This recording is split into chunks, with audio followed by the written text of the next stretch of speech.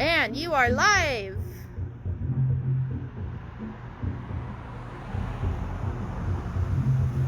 Hello everyone.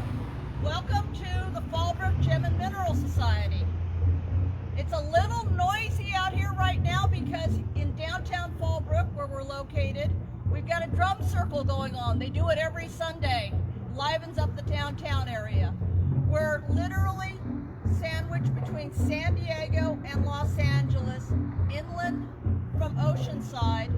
And if you've ever heard of the Marine Corps base, Camp Pendleton, we're on the other side of Camp Pendleton. So the museum and building was founded the club was founded in 1957. One of the older clubs around, and was founded by a bunch of mineral enthusiasts who wanted to, one, get together, and two, educate the general public about the fun of minerals and gemstones and everything else. So let's walk over and I'll take you up to our museum. This is one of the windows that is dedicated to the mining area.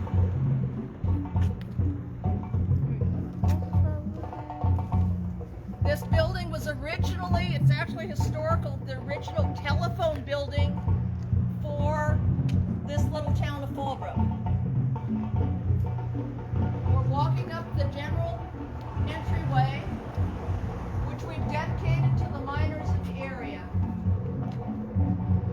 And I'd like to introduce our curators, Mike Evans, and our assistant curator, Gina Palkulik.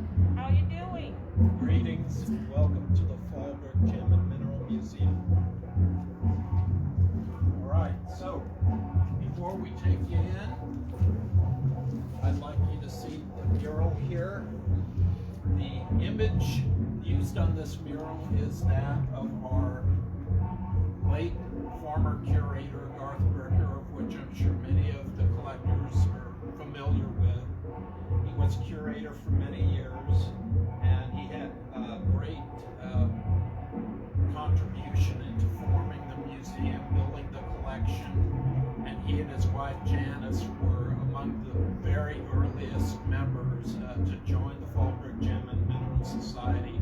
I think he joined in 1958. So with our tribute to Garth, we'd like you to join us inside the museum.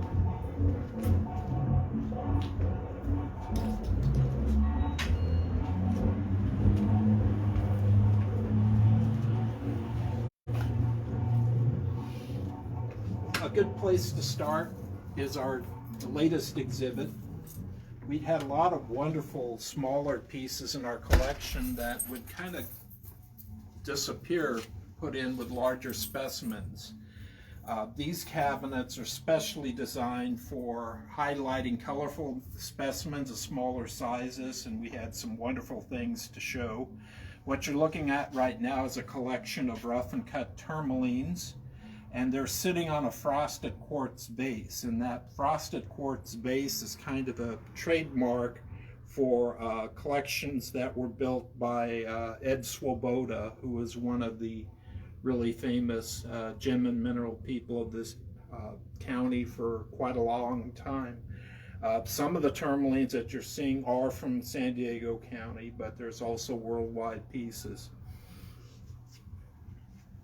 The next case is a collection of minerals, some of them gem material from San Diego County.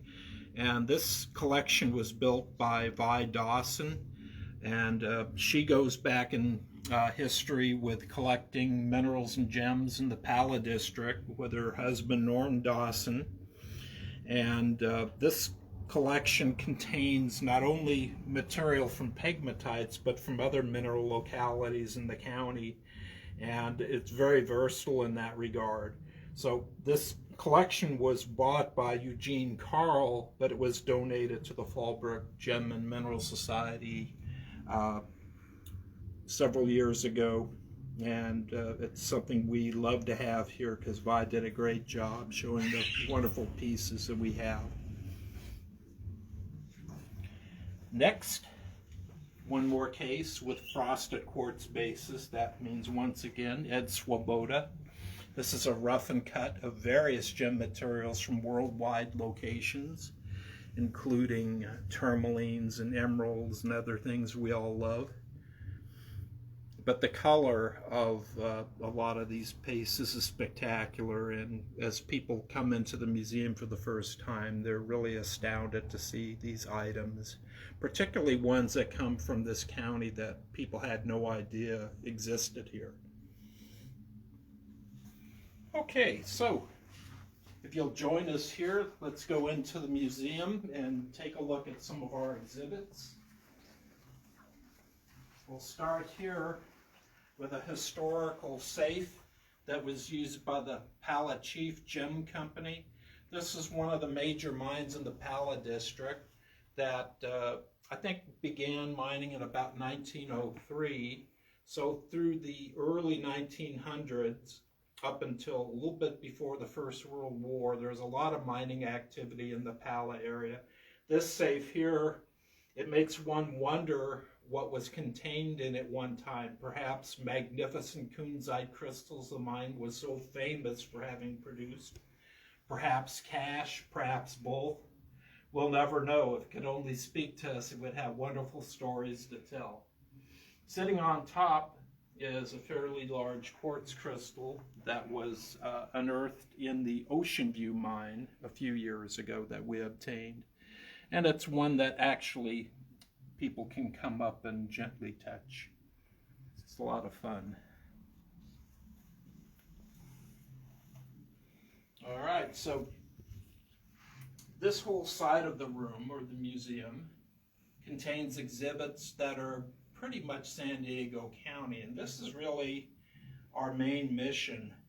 Our mission statement involves the preservation of the minerals, the gems, historical material of mining gemstones and minerals in San Diego County, and this is our main drive. This is what helps make this museum unique among others. We begin here with a case devoted to Fallbrook proper and also areas nearby. The smoky quartzes we see on the top are from Fallbrook.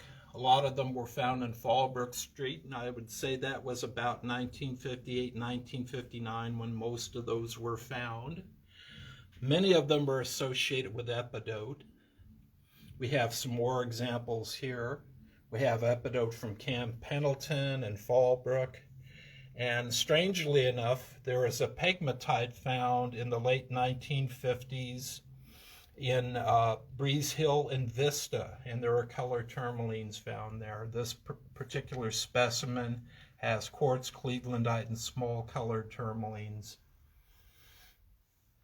Camp Pendleton has a lot of mineral collecting on it, and it's a shame that one can't go there and readily collect. But for instance, right here we have epidote from Camp Pendleton, axonite from Camp Pendleton, and really there's a lot of land there which would have a lot of interesting minerals, but a little bit off limits. Our next case, although this isn't Fallbrook, but it's nearby, a little bit north, the area of Duluth, there was a famous mine called the Whaley Mine. It was a gold mine. I don't think it produced a huge amount of gold, but it produced wonderful quartz crystals that had incredible inclusions in them. Things like hematite, anatase. They claimed that they had found spodumene in them, but I don't believe that that's true. I believe that the inclusions were diopside. But a lot of people got to collect on this locality, which I believe has now been sold. But we have some on display here and are preserving that, along with some faceted gems from the Whaley mine. And then down below, some large smoky quartzes that came from Fallbrook Street. The central one is perhaps tied for the very finest one that was found in that pegmatite. The tip of this, and I will take it out because it's such a great piece. It's very transparent near the top, as I hope you can see. So hopefully ones like this will be preserved in the future, and the fact that they came from Fallbrook preserved in the information.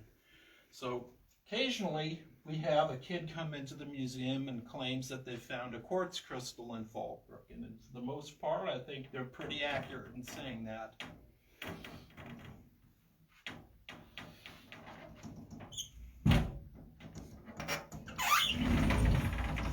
All right.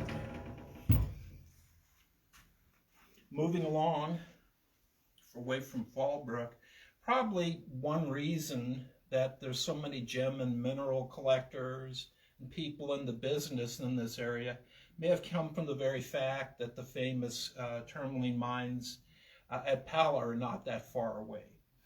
Here, in the next two cases, we have specimens from the Pala district, which is perhaps the most famous tourmaline location, generally speaking, in the entire state, and one of the most famous in the country, if not the world. But it wasn't just tourmalines that came from there. There are other interesting gems and minerals, and just the mineral specimens themselves are very desirable. So not that far away, and some mining is still occurring there today, but not like it was in the heydays. We have wonderful pieces. The Stewart mine is represented here by a couple of pieces on the top shelf. This central one has a morganite with pink tourmaline and quartz. Beautiful piece. And then more recently found, here's aquamarine morganite combination from the Ocean View mine, which is on Chief Mountain in the Pala district. And that was found within, I'd say, within the last 12 years. So it's kind of a modern classic, I would say. Next shelf, we have a variety of items, including pink tourmalines and a wonderful blue one from the Stewart mine, and a very unusual matrix kunzite, the pink spodumene, growing on the quartz crystal. You very seldom find them attached to anything, so that's really unique because of that. That particular piece, and many that we've looked at or are going to see, are donated by Jeffrey and Lindsay Cant, who've been really great donors to us in the last several years. So we appreciate their generosity. The central piece here that we're seeing in the back is the pink spodumene known as kunzite, famed, named for George Frederick Coons of Tiffany and Company. This particular crystal came from a collapsed pegmatite on Harriet Mountain called the Anita Mine, and really they dug pockets in basically what was a pegmatite that had broken off the hillside and slid down. We're very fortunate to have a known piece from the Anita Mine. Going further, this is just a wonderful item that we're so happy to have. Just a wonderful rubellite from the Tourmaline Queen Mine, 115.5 carats. This is donated by Paul and Kathleen Stiles. This is one of the best existing pink tourmalines from the Tourmaline Queen Mine that was cut into a gemstone. So it's really lovely. We're really very fortunate to have that piece. Downward here, I'll point out, there's a bronze cast of the famous mineral collector John Barlow, and in it is a tourmaline crystal from the Tourmaline Queen Mine. So this was something that was donated to us through Peter Bancroft, one of our famous great members, who lived to be 100 years old and unfortunately is no longer with us, but there's a lot of him represented. More things from the Pala district. Well, on the top shelf, the first piece we have right here features an aquamarine and a morganite. Then we have a pink tourmaline on quartz that came from the Palachief mine. Now this piece was owned by a Catholic priest sometime in the 1920s, was part of its heritage, kind of the facts that we found about it when we obtained the piece. In recent times, the Ocean View mine has produced some of the most remarkable spodumene kunzite crystals. This one has the Roman sword habit that is so desirable. It's all gem quality, and this is something we obtained several years ago from the time when they were finding them there. And then down here are one of our most recent additions to the collection, is a kunzite from the Vandenberg mine, which is on Harriet Mountain in the Pala district. And it had the reputation of producing the most richly colored of all the kunzites from the Pala district, and that one has fabulous color, as you can see. Well, we leave the Pala district right now, and then we go to the Himalaya mine in Mesa Grande, which has a rich history. The Himalaya mine itself is said to have produced more colored tourmalines, or tourmalines by the tons, than any single mine in the history of tourmaline mining. And that could very well be true. It is a mine that was relatively thin pegmatite, but along its length, it produced pocket after pocket of colored tourmalines. And it is still being worked to some degree even today, well over 100 years since it was founded. You can see many colored tourmalines, many of them bicolored. Green and pink combinations were frequent at this mine. But there's a lot of other things besides tourmaline there.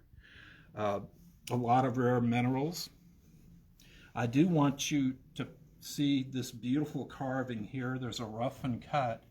Now this carving here was carved by the famous Meg Berry, who is a member of the club, and she also does a lot of teaching of lapidary here. This won first place last year at the AGTM Spectrum Awards, a cutting edge competition for the carving division. So this is truly a wonderful piece.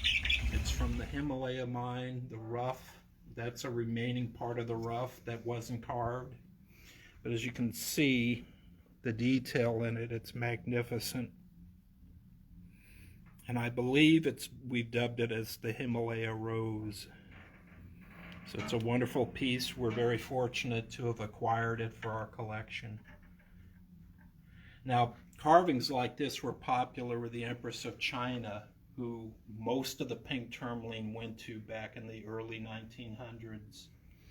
And of course, pink is still the favorite color, the ones that the miners are always hoping to find. But the Himalaya mine produced some rare things too. Here's an extremely large stibiotantalite crystal. This came to us from Bill Larson, whom most of you will know. But for a stibiotantalite, a very rare mineral, this is an extremely large one. And we have won the Josephine Scripps Memorial Cup Award with that specimen, as we did with this very large feldspar, Bavino twin feldspar, with the pink tourmaline you can see attached to it, and the cup. So we always like to enter things in the fair, put in a display, and we're actually actively involved with the fair. That's a big fundraiser of ours. Okay.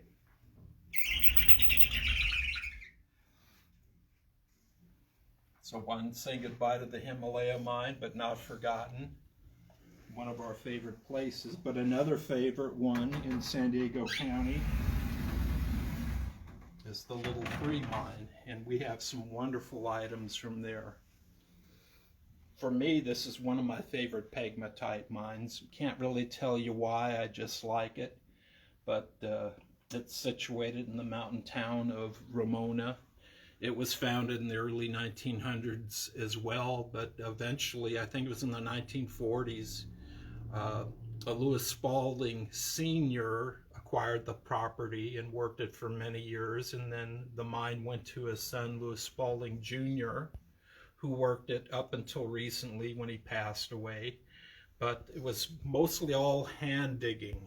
But wonderful things came from the mine. The most famous things would be the wonderful spessartine garnets, the beautiful orange colors like you see in this wonderful piece. That was the main gem that they were looking for, and wonderful stones were cut from that material. And then also blue topaz. And this is one of the few places where natural colored blue topaz in California have come from.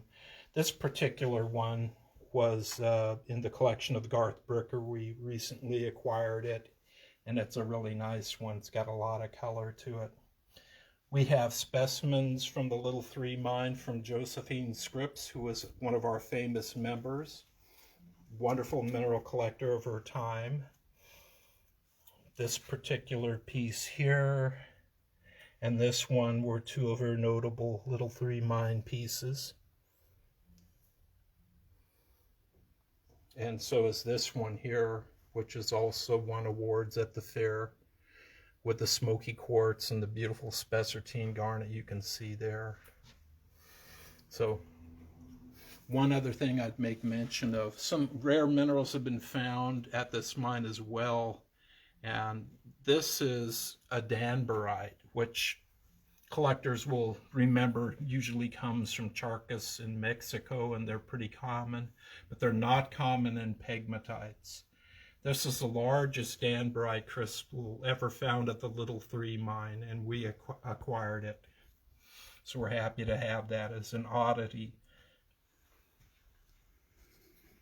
Also, one other thing I will mention, some of the best, largest, richest colored lepidolite crystals that have ever been found in the United States, let alone the world, came from the Little Three mine. This particular piece has very rich purple crystals of large size. This one also came to us via Josephine Scripps. We're really happy to have that.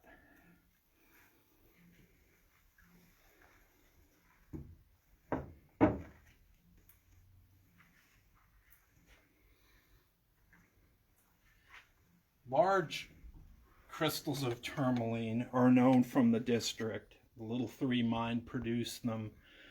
Very dark green, sometimes with some sections you might see a little bit more transparency and more color on, but they're very typical from this mine.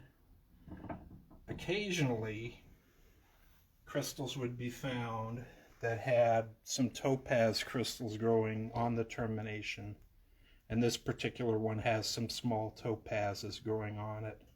And I think this one here, we can see the color near the top showing up, and you can see those topazes, I hope, there.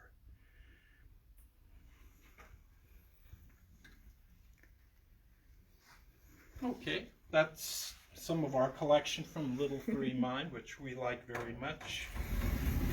Now, all of these mines are part of what is known as the Peninsular Range, which extends from Riverside County and goes a certain distance down into Baja, California. And pegmatites that contain tourmalines and topaz and all those goodies occur along that line. And a lot of our members went into Baja, California and did a lot of collecting, including Josephine Scripps. And we do have some pieces from Baja in the case, but also we have other mines in San Diego County and in Riverside County north of us that also contain tourmalines and other pegmatite minerals. So we have some of them here. Now the top shelf, though, is devoted to the Cryogeny mine. And the name comes from the fact that it was like super cold, I guess the miners thought up there, like cryogenic freezing. This crystal here is perhaps the finest cassiterite, certainly from San Diego County. This one actually is from the Blue Lady, which is a really interesting mine. Not that famous for cassiterite, but that's one of the best cassiterite crystals you'll see from San Diego County. This particular one is from the Cryogeny mine, and it was donated to us by Dr. Peter Bancroft. It is a wonderful double terminated crystal. Many of them from that find had this kind of fan-shaped arrangement. You had the flat pedion termination and then pyramidal terminations on the other end, mostly pink with some green. And we're very fortunate we have this wonderful item here in the collection. I'm going to tell you what, I'm going to put it back later because it's a little bit of a jigsaw puzzle to do that. Some tourmalines from the Cryogeny were faceted. When we bought this one, it's 25.3 carats. It was considered to be the largest faceted tourmaline from the Cryogeny. So we're fortunate to have that as well. A new acquisition for us is this unusual blue cap tourmaline from the Cryogeny. Very few of them had any kind of a blue cap to it, but this one does. Has a little bit of Clevelandite attached with it, and that's a very unique acquisition, and to have that coloration is quite unique for the property. So we're lucky to have those. Coming down here, we've got some assortments of various locations. Probably most notable is this kunzite from the BB hole, which is near Hukumba. There was a miner and his wife out prospecting, and they located a pocket that had a kunzite crystal. They came back later and found a lot more. So this was called the BB hole because the gentleman's last name was BB, and it produced wonderful things. This is a very nice color from the location. We have an aquamarine from the Mac mine in Rincon. For the Mac mine, this is a particularly nice aquamarine, so we're happy to have that in the collection. The Blue Chihuahua mine in Riverside County was famous for producing herderite crystals, but this Clevelandite and tourmaline location combination came to us via Josephine Scripps. Then going down the shelf, we have things from Baja California. There are certainly tourmaline mines. Rosarita Beach was famous for these amber-colored calcite crystals. We have some others in our collection. This particular slice of tourmaline from the Chuki mine was from the Josephine Scripps collection. You can see the color pattern in that and the kind of triangular shape of the inner core that tourmalines are well known for having, although it kind of became, as it grew, it transformed from being triangular into hexagonal shape.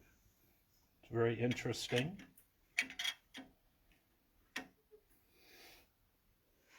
And right here in Baja, there's a location that produced basically what are melanite garnets, very titanium-rich kind of andradite garnet.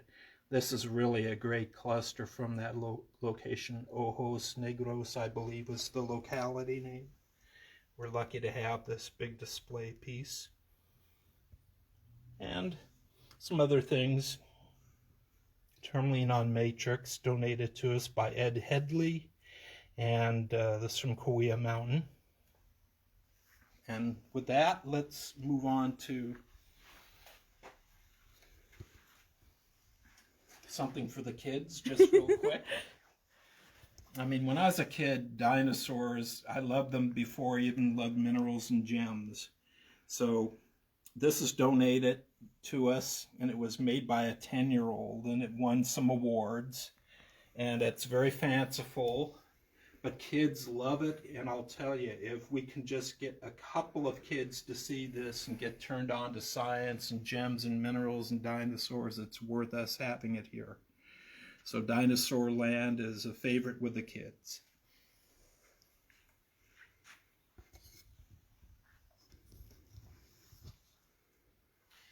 This is an interesting item that we have at the museum, thanks to Dr. Peter Bancroft. It really is a simulated pocket. All of the specimens in it are from the tourmaline queen mine, and there's several very nice tourmalines present in it.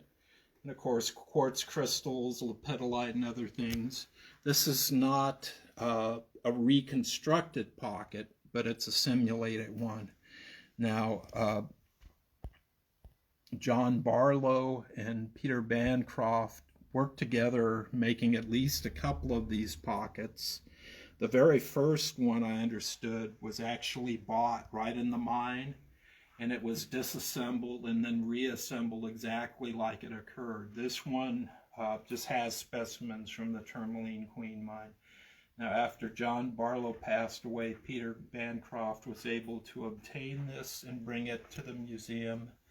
We had this wood frame built for it, kind of looks like timbers in a mine, just to kind of get at that rustic look. But it's really fascinating. A lot of people don't understand what it would be like underground when you see gemstones coming out, and when we talk about pockets, this gives them a pretty good idea of what's going on. And I've actually seen tourmaline pockets that resemble this in quite a ways, other than the fact that they're usually filled with a lot of clay and mud and that kind of thing. We're very happy to have this, and we really appreciate Dr. Bancroft's getting it to us. We're going to move on. We have a fabulous fluorescent mineral exhibit. We think one of the best in our area, and this exhibit has been dedicated to the memory of Greg Anderson, who was a very active fluorescent mineral collector and dealer. And he was also very instrumental in the Gem and Mineral Division at the San Diego County Fair in Del Mar, and acted as its director for many years. He recently passed away, and we have named this room in his honor. And we have wonderful displays of various fluorescent minerals. Not only do we have the Franklin, New Jersey material, but we have a lot of items from many different locations that have really good fluorescence. Along with Dinosaur Land and with our fluorescent mineral display, this is a crowd pleaser, not only for the kids, but pretty much everyone. I know that when I first started, fluorescent minerals caught my attention and made me get more interested in minerals. And we have several cases with really good examples.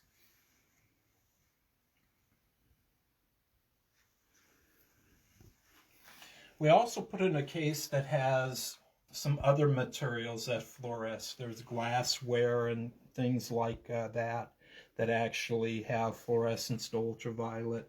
We had some paintings, or actually I'd say mosaics done of fluorescent minerals that were ground into small pieces, and a cylinder of laboratory-grown ruby, which you can see right there fluorescing red. Unfortunately, it has a lot of cracks in it, but hey, it's a wonderful piece for the fluorescent display, and really large. Here's some more. Some of the specimens we have are really great, even if they didn't fluoresce, really great specimens in their own right. At the top center, there's a wonderful fluorescent fluorite with really good crystallization from Durham, England, and that's a wonderful piece.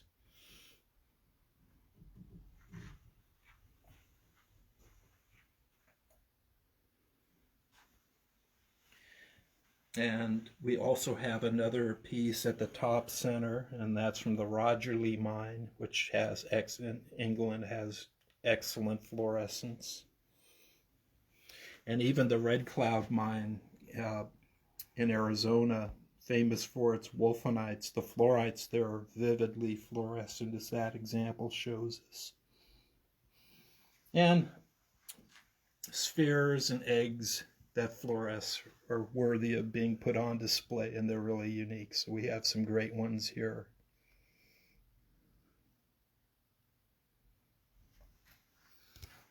And a few more. In the back center, there is a specimen that contains branches, and they're coated with halite crystals. And this is from the Salton Sea, and these particular specimens fluoresce that rich reddish orange that you can see. So people love to come into the fluorescent room, and if it gets people really interested in science and minerals and collecting, we're very happy to bring it here. Michael, there's a question. Are these under shortwave or long wave? Very good question. The question was, are these under short wave or long wave? And I would say that most of the cases are a combination of short wave and long wave, but most of the vivid colors you're seeing, the ones from Franklin, New Jersey, the ones that are kind of orange and green, they're in short wave. So many of the cases have a short wave and a long wave in them, so we can get as much fluorescence from the materials we have as we're able to. Okay, and I thank you for the question. Okay, moving into the light.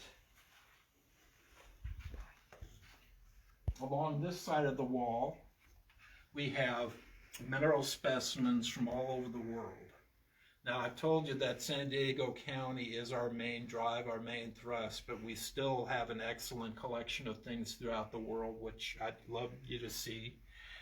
The top shelf here, we have a wonderful crocoite. This particular one was given to the museum by Dr. Peter Bancroft, who was a longtime member. And we have two pieces here given by Joan and Bryant Harris, who were also, Bryant Harris is one of our early members and an excellent field collector, very involved. He was a welder here in town for many years before he moved away, but he is one of our memorable members. We have malachites from Katanga, Zaire. Beautiful pieces which are often cut and polished for gem use. Tourmaline from Brazil. Some specimens from Morocco, vanadinite, a very famous one from Morocco.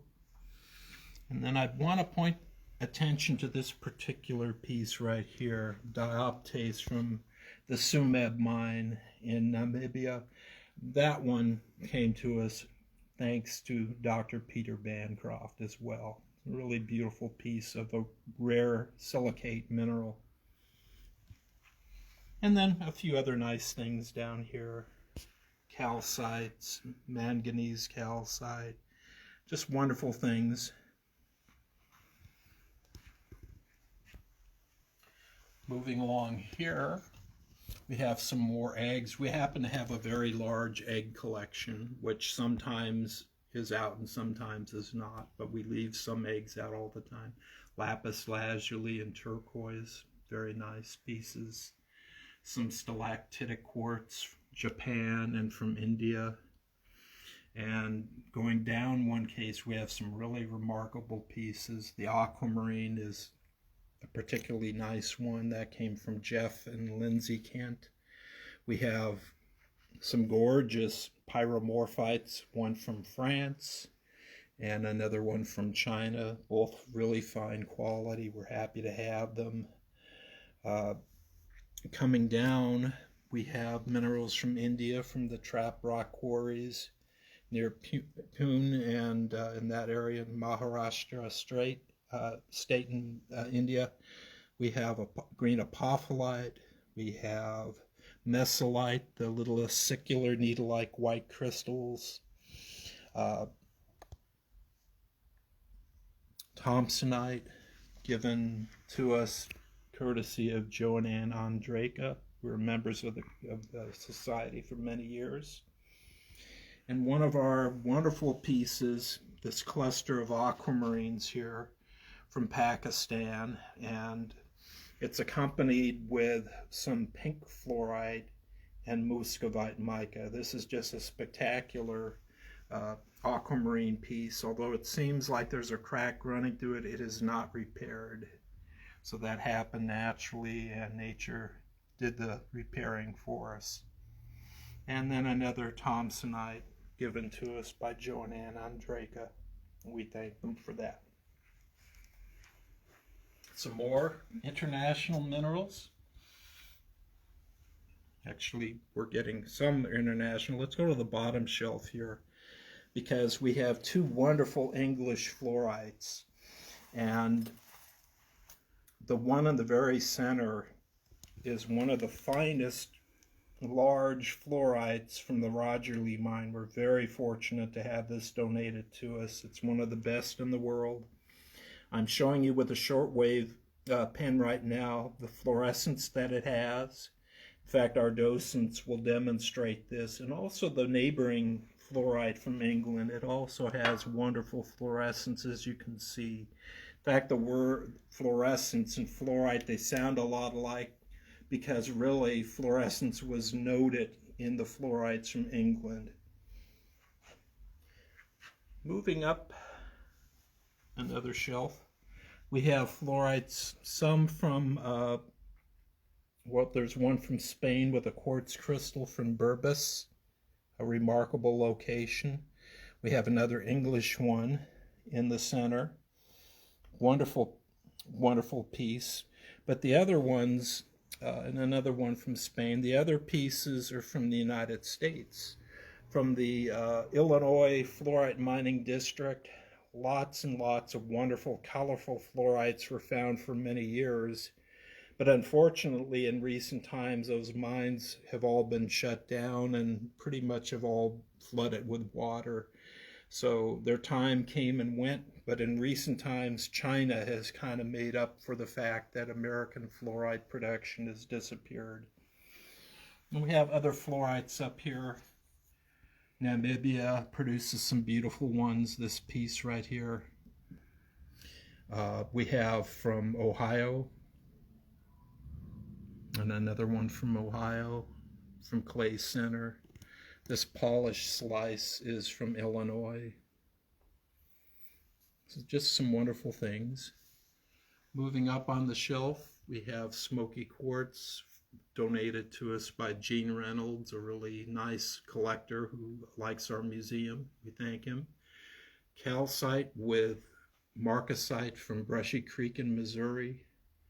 And then this piece right here, brookite on quartz. It's kind of a grayish smoky quartz, the metallic gray crystals of the brookite. This came from the collection of Mrs. Daniel E. Walters, and they were famous for quartz collectors, and they're also famous for running they had a company that tumbled gemstones by huge amounts, and that was all in Ramona. It was called Craft Stones. All right, let's move on.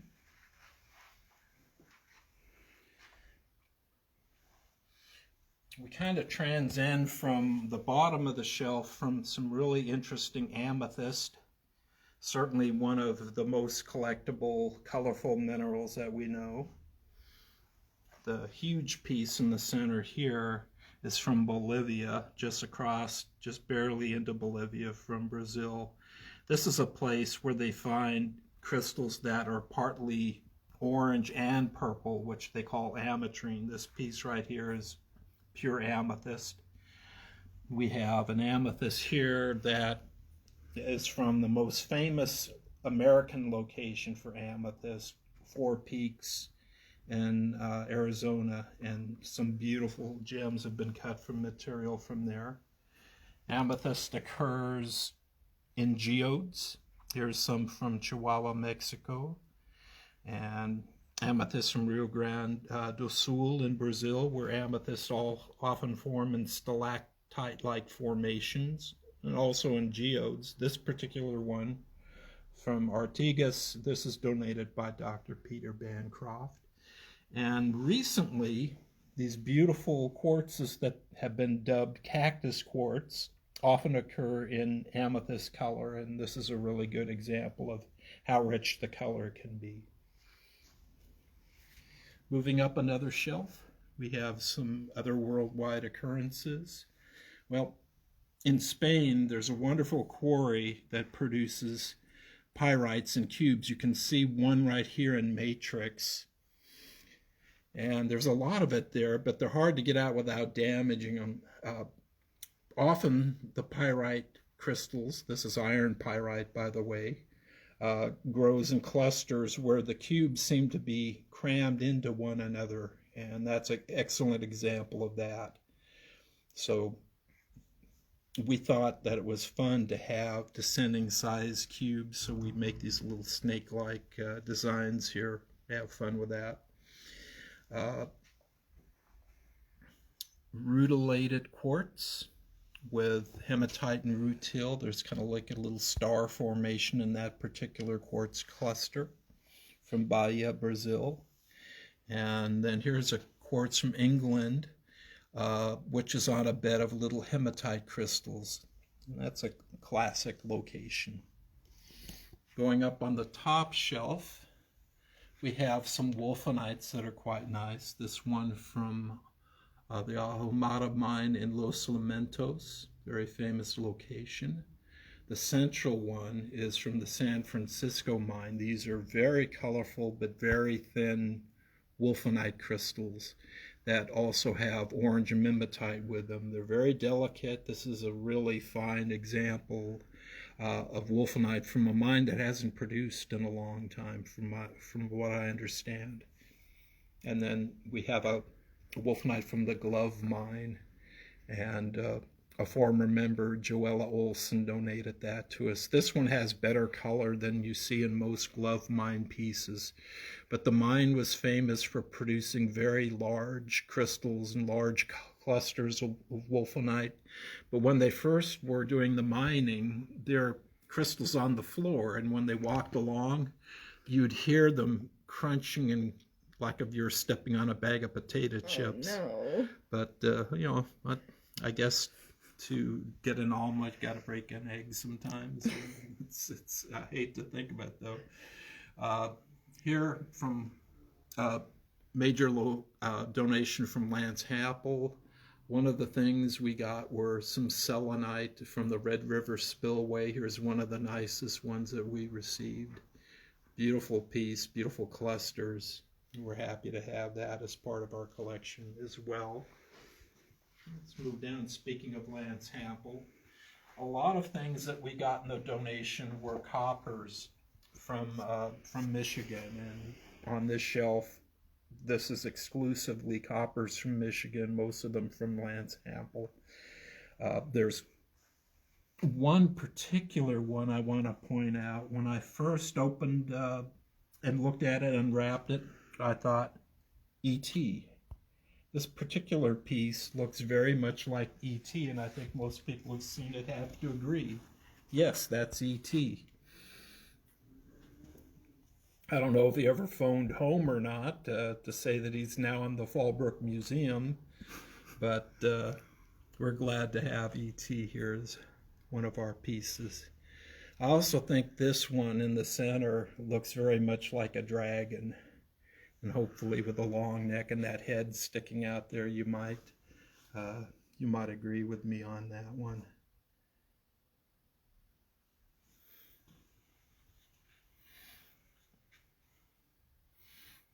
Up above, rhodonite's a really well-known material for lapidaries, for cutting and polishing, but it does occasionally come in some well-formed crystals. This particular one from Peru, and this came to us via the collector shop in Fallbrook, and we're thankful for the donation. The epidote here was donated by one of our famous members who was a geology college teacher for many years, Don Layton, who was very knowledgeable on geology, minerals, and also very much on fossils. And we've missed his presence here. We have some other wonderful things here: quartz, kyanite, a big colorless topaz from Minas Garage or Minas Gerais in Brazil, and a cinnabar from China. There was a time when there were so few mineral specimens from China that one would have been considered just a treasure beyond all belief. But a lot have come out in more recent times. It's still a really good piece. But that's the supply and demand kind of thing. But we're happy to have this wonderful cinnabar, which is on nearly white dolomite. Great combination. Going down to the bottom, we have calcite from Carthage, Tennessee. I believe this one was donated to us by Bryant Harris. Recently, we obtained this pink tourmaline specimen. It's from the Cruzeiro mine in Minas Gerais, Brazil. Very famous for producing rubellites, but it's had a long history and it's had a lot of major pockets. And even a piece from Romania. This particular barite with these wonderful kind of rose-like crystals here. And believe me, barite's a heavy mineral. This is a really heavy piece to pick up and put on display. You have to be really careful. Okay. I want to point out this wonderful rhodochrosite right here with some quartz. Is donated to us by Bruce Orrick, a name that a lot of mineral collectors will know. It's got some beautiful rhombic shaped crystals. We got milky quartz from Ouray, Colorado. Beautiful display piece. One of our members, John Watson, gave us this cluster of Bovino twins from Dona Ana County in New Mexico. Very nice. And going up on this shelf, we have some more American classics. Amazonite and smoky quartz from Colorado, fluorite and rhodochrosite from Peter Bancroft, and another rhodochrosite specimen given to us by Joe and Ann Andraka. Variscite nodules from Clay Canyon, and a smithsonite from the Kelly mine from William Larson, and orpiment from Nevada. So some American pieces. Going up again, we have some more items from various sources. From Mexico, beautiful hemimorphite. We have a couple of emerald specimens. The Mico mine in Nevada produced some excellent, wonderful golden barites. Here's a great example. Brazilianite was named for the country of Brazil, and it was first identified by Frederick Poe. That's a great cluster. And I want one other piece to be pointed out, the rhodochrosite, the little slab that has the bullseye patterns. This one was cut and polished by Joel Hauser, one of the most famous lapidaries of his era. He lived in Riverside County, and we acquired some items from their family's collection. And then the top shelf, just for fun, some really crazy, beautiful azurites from Bisbee, one of the most famous mineral locations in the world, Bisbee, Arizona.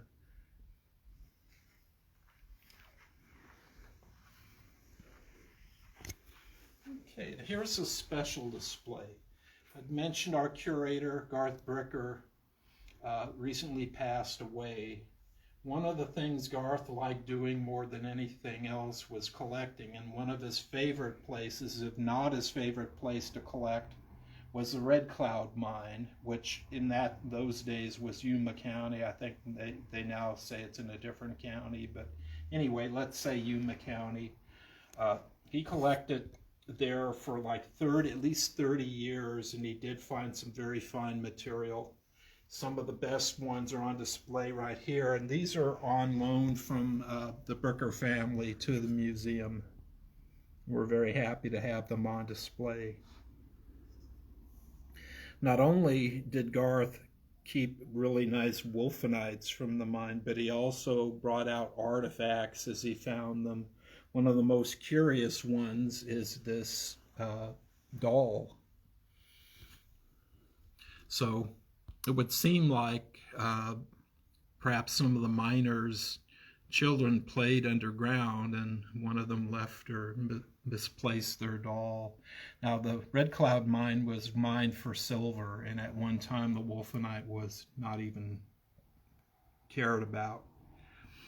There's a miner's hat, there's part of a pipe, this ore basket which has been chewed on by rats, the candle holder. Those are all artifacts from the Red Cloud mine, as well as that miner's bandana.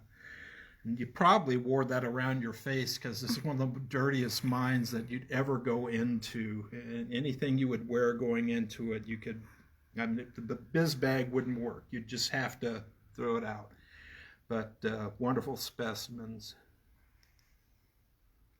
Garth also, although it's not on display here, one of his wolfenites was picked for a Tucson poster, which, well, do we have it? I think we have it. It's right over here. Let's go to 1990 Tucson Gem and Mineral Show. The theme, the show poster featured a wolfenite with quartz that he collected underground at the Red Cloud mine.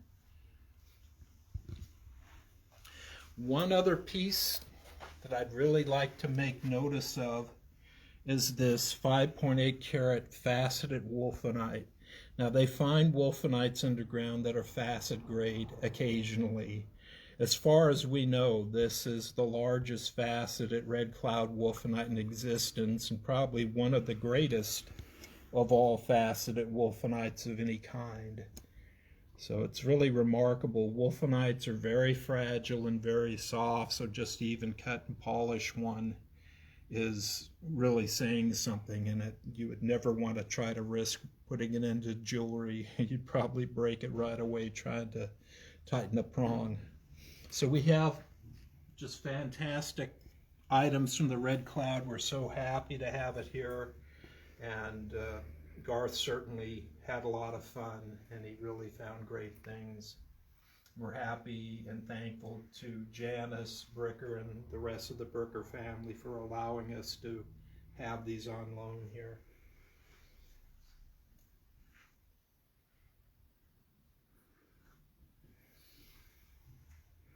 We'll end the tour of the displays with this case here, which is devoted to the state of California.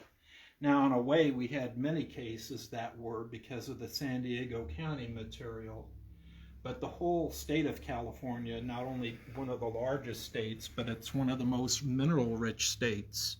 And there's a lot of wonderful things that come from the state, and we have some of them on display here.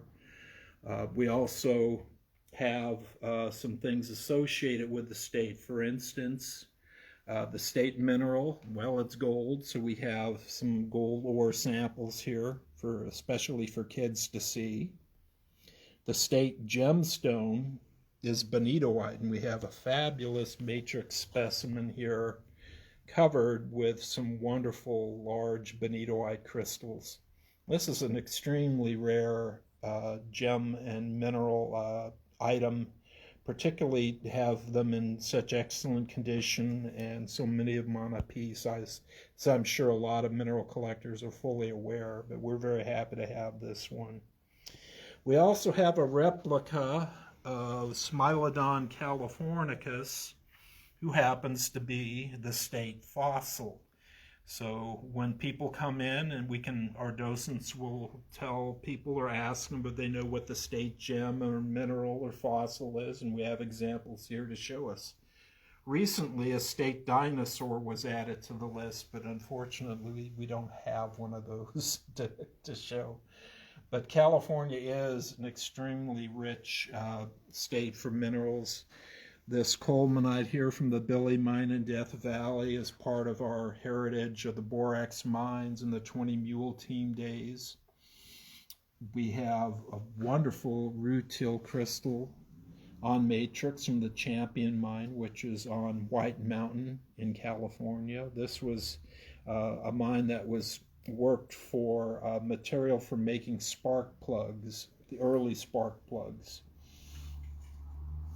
And here we have a piece of corundum, and this is from the San Jacinto Mountains in The corundums would occur in the rock and would have to meticulously have rock carved away to expose the corundum crystals. And this is the work of Dana Gokenauer. And of course, we have some other things. Searles Lake is famous in California for hanksite and a lot of evaporate minerals. Some of the most colorful and wonderful salt crystals found anywhere in the world occur in Searles Lake. And usually every year, when they can, they have a show where you can go and collect your own. So one other thing here, a lot of people don't realize that we have a pretty good location of amethyst in California. And in San Bernardino County, in the Kingston Range, we have amethyst found there. This plate, donated by Jeff and Lindsay Kent, is one of the best examples of a large plate of amethyst crystals that have come from that location. We're very happy to have it. It's part of our collection. So with that, I'd like to turn the rest of this over to my assistant, Gina Palkulich, who will tell you about the gift shop and also about the raffle that we have. So thank you very much. And a museum is never complete without a gift shop. And I'll have Michelle scan our gift shop. It starts here with this case that actually belonged to Josie Scripps. This is where we put a lot of our custom-made jewelry. And the drawers, we put all of our mineral specimens that are for sale.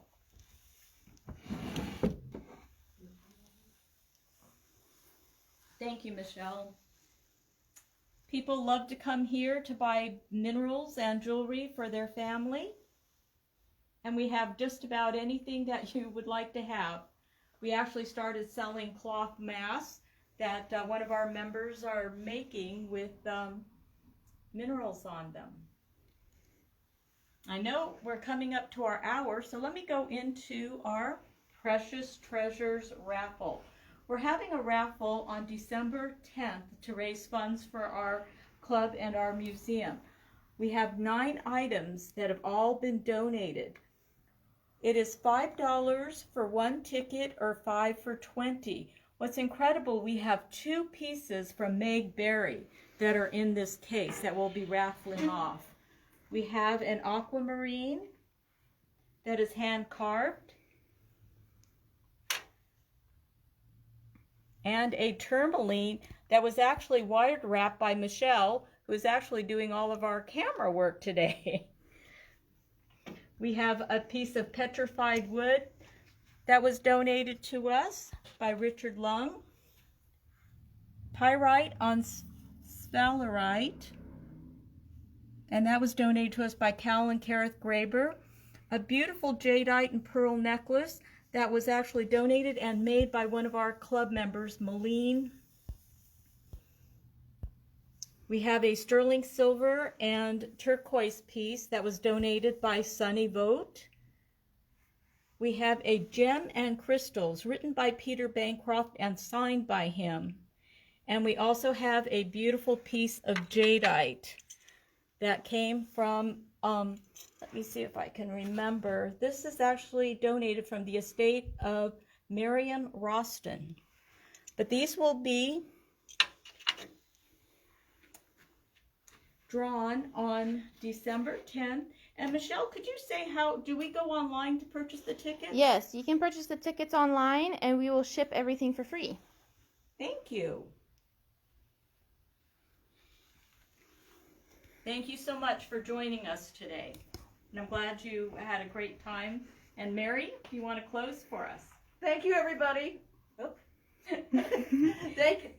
This is one of our wonderful masks. Thank you, everybody, for joining us here at Fallbrook Gem and Mineral. The one thing we miss the most about everything during the pandemic is we don't have any of our visitors. So this is a great way for us to reach out for everybody in the mineral community so you can see what we do here. We are going to be doing more online because we can't keep the museum open during the pandemic.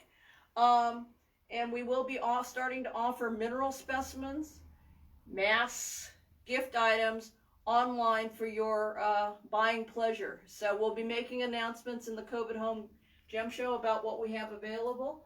But we'd really appreciate it if you'd help us out, because we have literally lost 85% of our income this year.